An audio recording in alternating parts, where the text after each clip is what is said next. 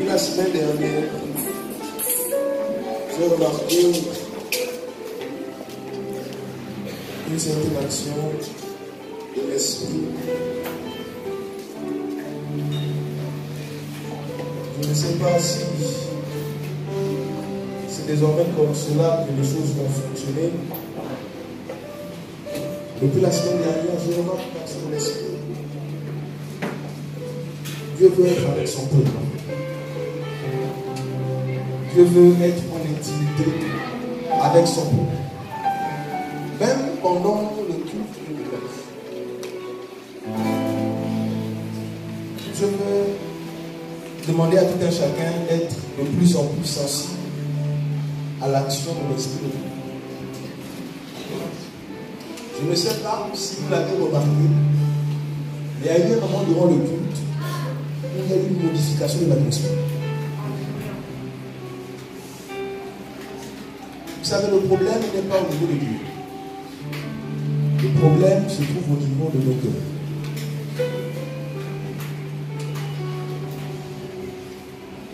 Ne viens pas au culte comme tu es venu, avec ces fardeaux-là, et sorti de cet endroit comme tu es venu.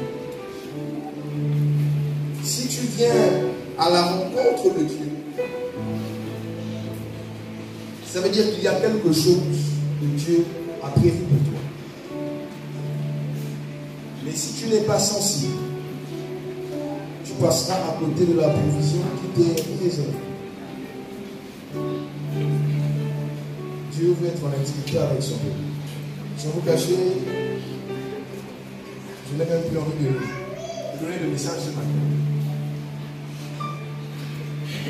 Mon cœur a ce fort désir d'adorer le roi. Apocalypse, le chapitre 12, à partir du verset 3. Nous ouvrons le Saint-Livre.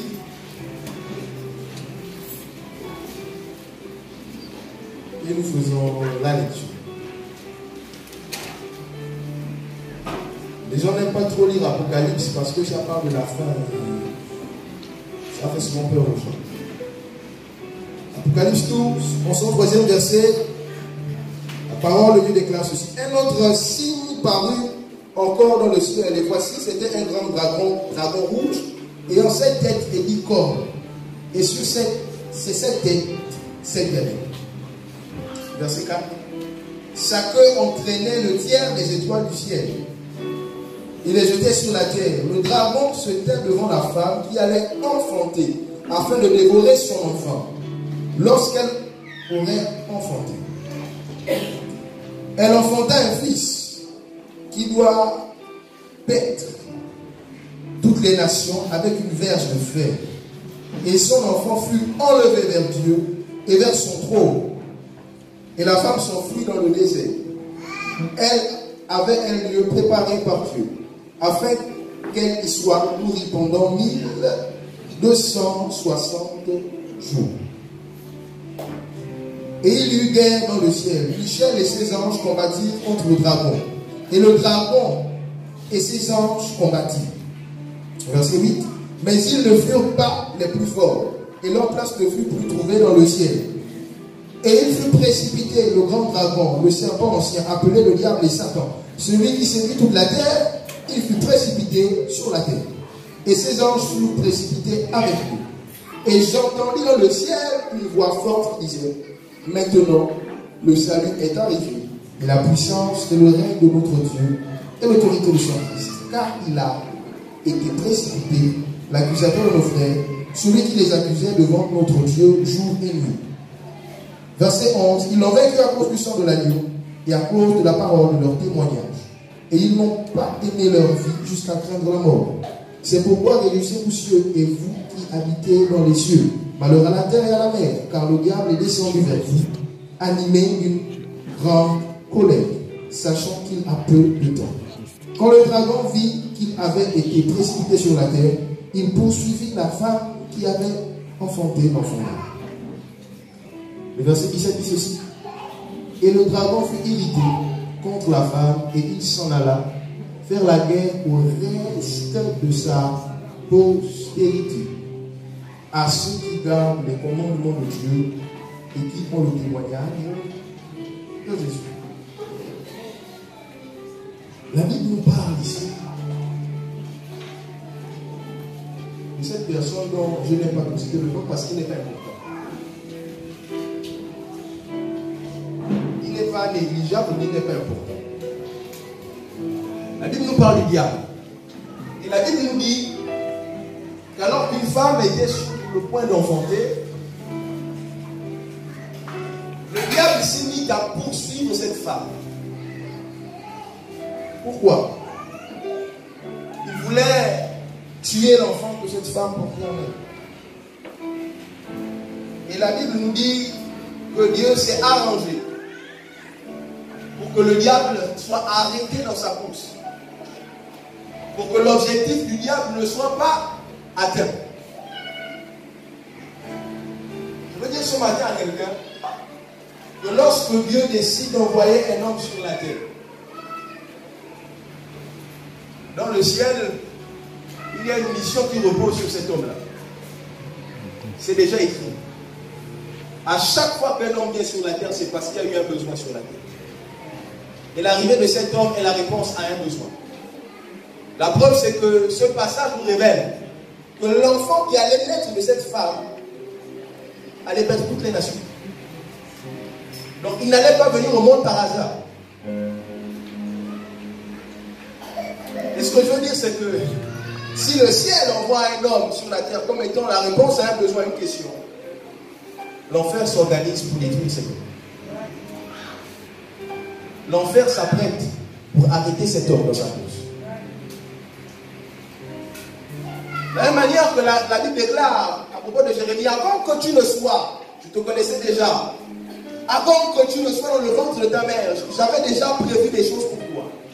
De la même manière, avant que tu ne touches le sol, le diable a déjà prévu un plan pour te détruire. Il y a un plan d'action que l'enfer a mis en place pour chacun d'entre nous, ici, ce matin. Satan n'est pas notre ami. Il est notre ennemi. Peut-être pas le numéro 1, mais il est notre ennemi.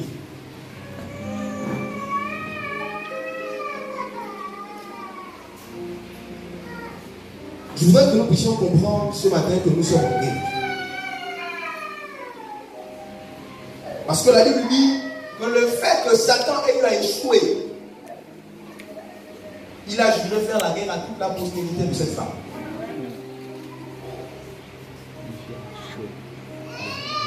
Regarde ton voisin qui dit nous sommes guéris. J'ai l'impression que vous ne voyez pas. Non, ce n'est pas évident. Nous sommes en guerre. Je vais prendre un exemple simple pour te prouver que tu es en guerre.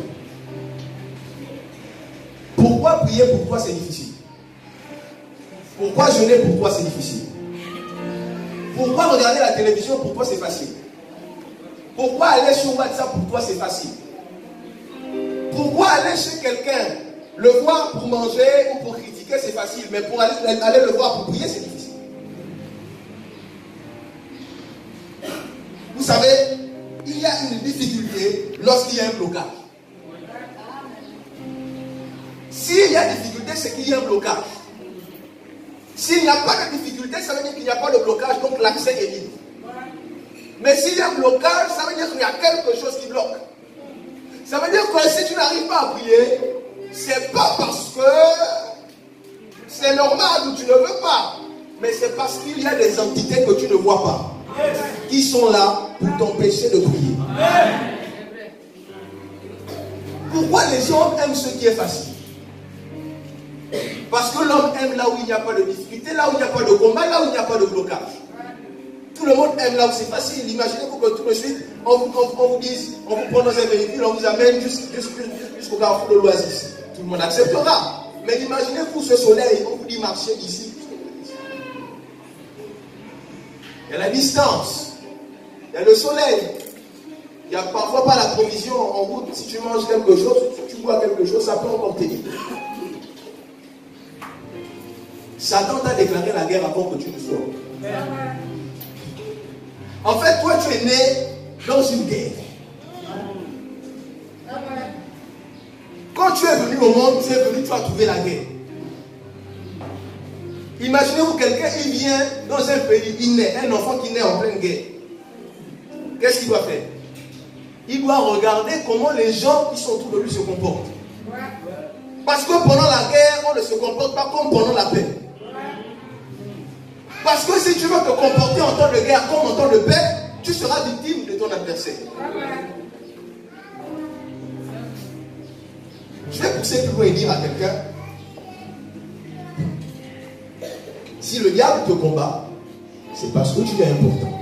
C'est ça. Si Satan a voulu détruire l'enfant de cette femme, c'est parce que cet enfant allait perdre des nations. Je ne sais pas ce que tu vas perdre, mais je sais que ce que tu dois faire est glorieux. Alléluia. Je ne sais pas ce que tu dois faire. Je ne sais pas quelle est la paix qui repose sur ta vie. L'Esprit de Dieu est souvent en ce moment, mais pas dans le cadre de la prophétie.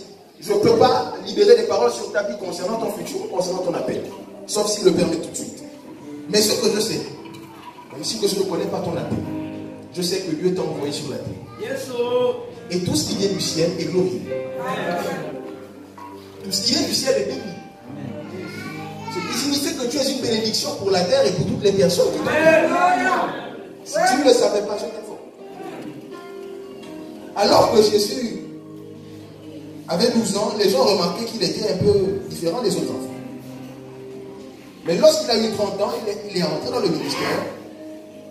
Jésus, qui n'était pas célèbre, qui n'était pas connu, a commencé à être connu. On a commencé à découvrir ses qualités. Ta destinée ne s'accroche pas à toi quand tu commences à faire des choses extraordinaires. Le potentiel que tu manifestes lorsque les gens découvrent que tu es extraordinaire ne t'est pas donné à l'instant où tu deviens, où tu manifestes ces choses. Mais dès le sein depuis le sein de ta mère, tu as ces choses en toi. Nous sommes dans une guerre et ce que je te dis, c'est que nous sommes dans une guerre sans merci, où tous les coups sont permis. L'adversaire que nous avons est un adversaire tenace. Il ne respecte rien. Il ne respecte rien. S'il sait qu'il peut passer par là pour te détruire, il passera. Vous savez, on a parfois des adversaires, ou encore l'adversaire serait trop dit, des ennemis qui, il a un problème avec toi. Mais quand il voit ton enfant, il peut encore faire du bien à ton enfant. Il peut le transporter dans ta voiture. Si ton enfant a faim, il peut le donner à manger. Mais il y a des adversaires qui sont tellement dangereux, qui ne respectent rien. Au point où lorsqu'il voit ton enfant, il voit là un moyen pour te détruire. Vous savez, si on veut faire du genre, bon, on va se reposer pendant un temps et puis voilà, ça va aller. Non. L'adversaire que nous avons, il a plus de 2000 ans d'expérience. David, l'homme selon le cœur de Dieu, a succombé aux ruses du diable. Adam, le premier homme, a succombé aux ruses du diable. Il est allé jusqu'à tenter Jésus. C'est-à-dire qu'il n'a même pas eu peur de Jésus, qui était à la fois 100% Dieu, 100% homme. C'est-à-dire qu'il est parti tenter Dieu, dans l'espoir que Dieu se soumette à lui. Satan est plus courageux que toi. Il y a une chose qui me dérange beaucoup, c'est que les hommes que nous sommes, nous avons très peu confiance en nous. Nous croyons très peu en nous-mêmes. Nous pensons que nous avons de la valeur lorsque les gens disent que nous sommes valeureux. Nous pensons que nous sommes spéciaux lorsque les gens disent de nous que nous sommes spéciaux. C'est dérangeant en fait. C'est quand ils disent que non, mais vraiment ce que tu fais c'est bien et tout. Non, il faut continuer comme ça. Là, je te dis, oui, c'est vrai. Mais il y a des gens, parfois, quand tu commences une activité, qui te disent que ça n'ira pas loin. Ça ne marchera pas. Mais bizarrement, tu te dis, je me lèverai seul contre tous. Et en fin de compte, tu finis par réussir. Et c'est même bouches qui ont dit que tu n'iras pas loin. Ils viennent dire, on savait que tu devais réussir. Si tu attends que les gens te disent que tu es spécial pour voir que tu es spécial, tu attendras longtemps et tu pourras mourir sans savoir que tu es spécial. Je n'attends pas que quelqu'un me dise que frère, tu es une merveille pour le monde dans lequel tu es. Je sais que je le suis parce que je sais que Dieu ne peut pas faire un être comme moi par le pur hasard. Avec Dieu, il n'y a pas de hasard, tout est programmé. Ça veut dire que même si les gens me méprisent, quel que soit l'endroit où je suis, je sais que si Dieu m'a mis là, tôt ou tard, je finirai par démontrer que je suis un être merveilleux et que je ne suis pas la photocopie de quelqu'un. Je n'aime pas entendre les gens dire je veux être comme lui, je veux être comme elle. Lorsque Dieu t'a créé authentique, unique, avec des qualités que les autres n'ont pas. Lorsque tu dis je veux être comme telle personne, tu es en train en fait d'étouffer les qualités que Dieu a mis en toi, qu'il n'y a pas ailleurs. Tu veux devenir la photocopie de quelqu'un.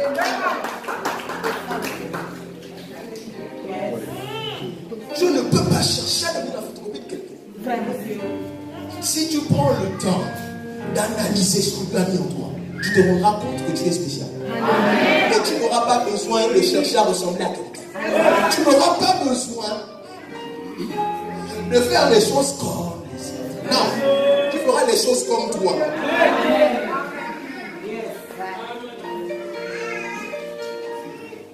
C'est compliqué parce que dans cette guerre, Satan est arrivé au niveau où Satan croit en toi plus que toi-même tu ne crois en toi. Vous savez, lorsque vous ne croyez plus en vous-même, il y a deux personnes qui continuent de croire en vous. Dieu et le diable. Si ce matin tu penses que tu es juste un être comme ça qui est arrivé là par hasard, moi je vais te dire que le diable croit en toi-même plus que toi tu ne crois en toi. Et c'est dangereux. Parce que quand ton adversaire a conscience de qui tu es, que toi tu ignores tes capacités, c'est là.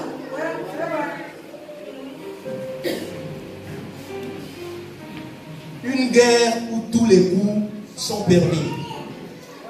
Vous savez, c'est une guerre qui ne s'arrêtera que lorsque l'un des deux va mourir. Lorsque l'un des deux va disparaître.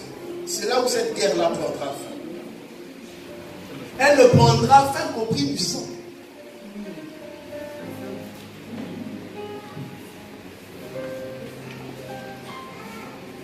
Nous sommes en guerre.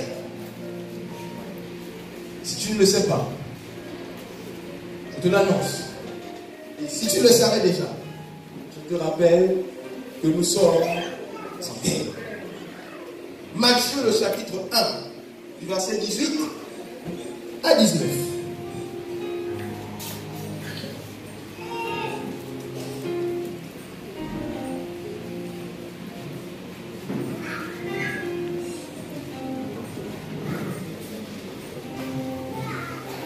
Voici de quelle manière arriva la naissance de Jésus-Christ. Marie, sa mère, ayant été fiancée à Joseph, se trouva enceinte par la vertu du Saint-Esprit, avant qu'ils aient habité ensemble. Joseph, son époux, qui était un homme de bien et qui ne voulait pas la diffamer, se proposant de rompre secrètement avec elle.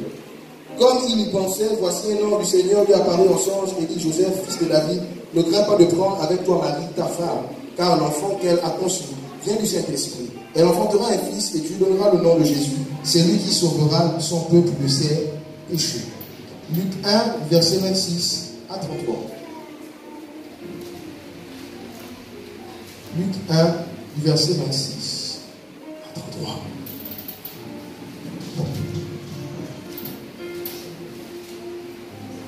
Au 6e mois, l'ange Gabriel fut envoyé par Dieu dans une ville de Galilée, appelée Nazareth, auprès d'une vierge fiancée à un homme de la maison de David, nommé Joseph. Le nom de la vierge était Marie.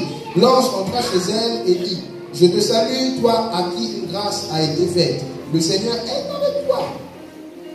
Troublée par cette parole, Marie se demandait ce que pouvait signifier une telle salutation. L'ange lui dit: Ne crains point, Marie, car tu as trouvé grâce devant Dieu.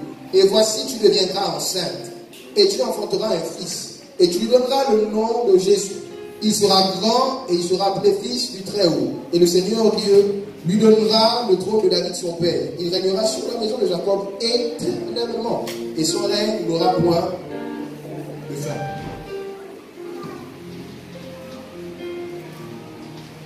Vous savez, c'est vrai.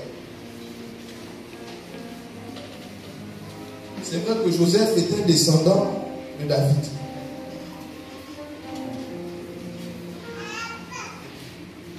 C'est vrai que Joseph est un descendant de David.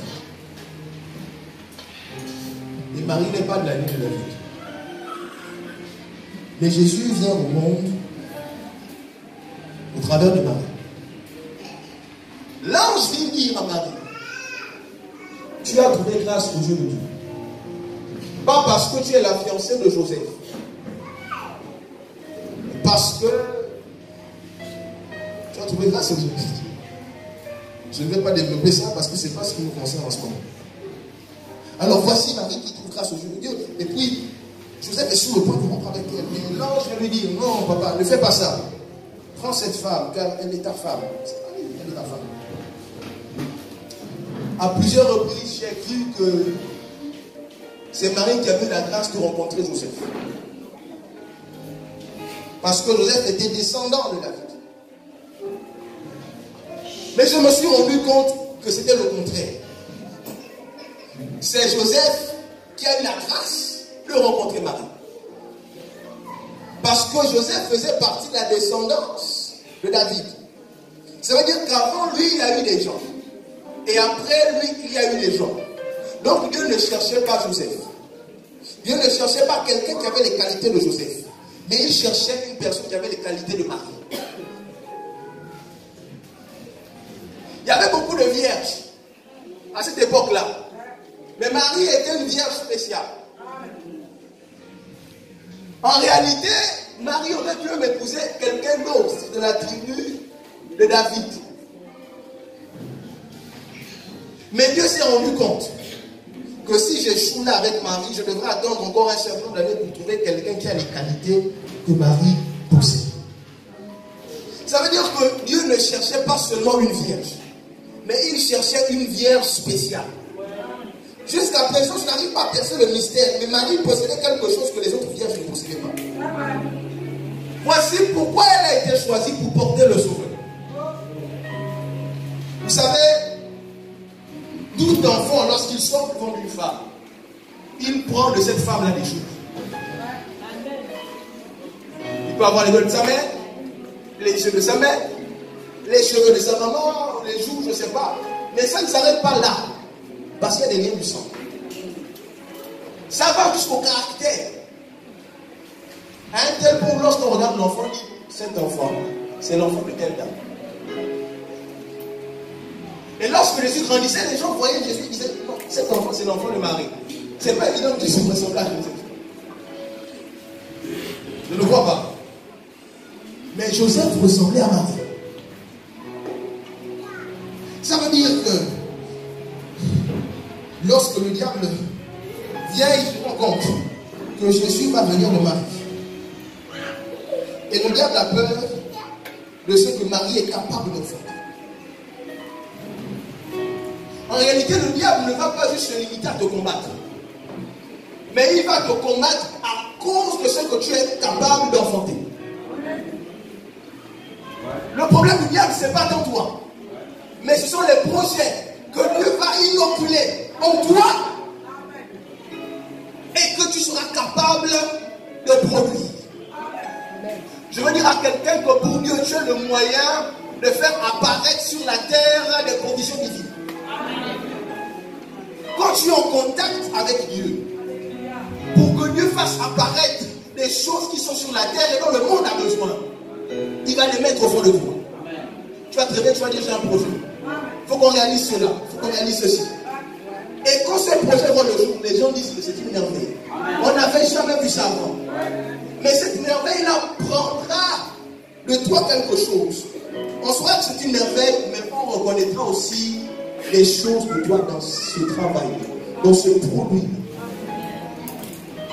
Quand Combien de fois le diable a fait en sorte que les chrétiens fassent des fausses couches spirituelles? Tu es enceinte d'un projet. Il t'a révélé des choses, il t'a donné une conduite à suivre. Et le diable, qu'est-ce qu'il fait? Pendant que tu es enceinte, il vient t'attaquer. Il vient te provoquer. Vous savez, lorsqu'une femme enceinte, il faut qu'elle ne fasse pas